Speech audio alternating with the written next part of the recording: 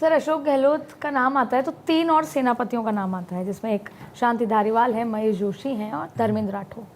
तो इस पूरे घटनाक्रम में टिकट वितरण के शांति धारीवाल को टिकट मिल गई, काफ़ी चीज़ें हुई, काफ़ी चर्चा हुई, लेकिन महेश जोशी और धर्मेंद्र राठौड़ को नहीं मिली।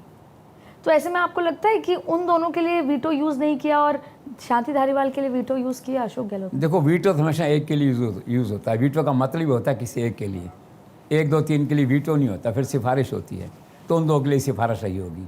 पॉलिटिकल क्षेत्रों में ये भी चर्चा है कि चूंकि गहलोत की प्रतिष्ठा का प्रश्न था धारीवाल का मुद्दा, तो शायद कोई बड़ी डील हुई है, ऐसी भी चर्चा है राजनीतिक क्षेत्रों में।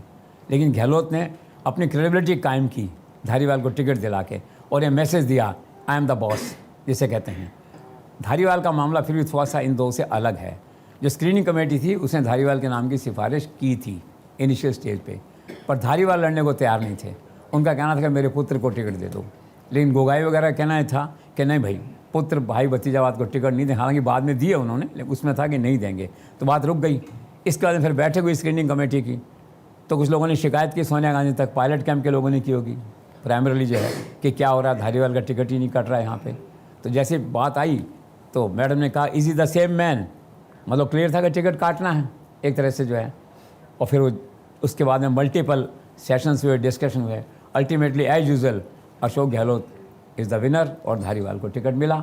अब उन 2 का जो सवाल है, जो मैंने आपसे कहा, गहलोत के खास लोग हैं इसमें, जो 25 में कथित बगावत थी उसके वो भी सेनापति मानिए कहेंगे एक तरह से।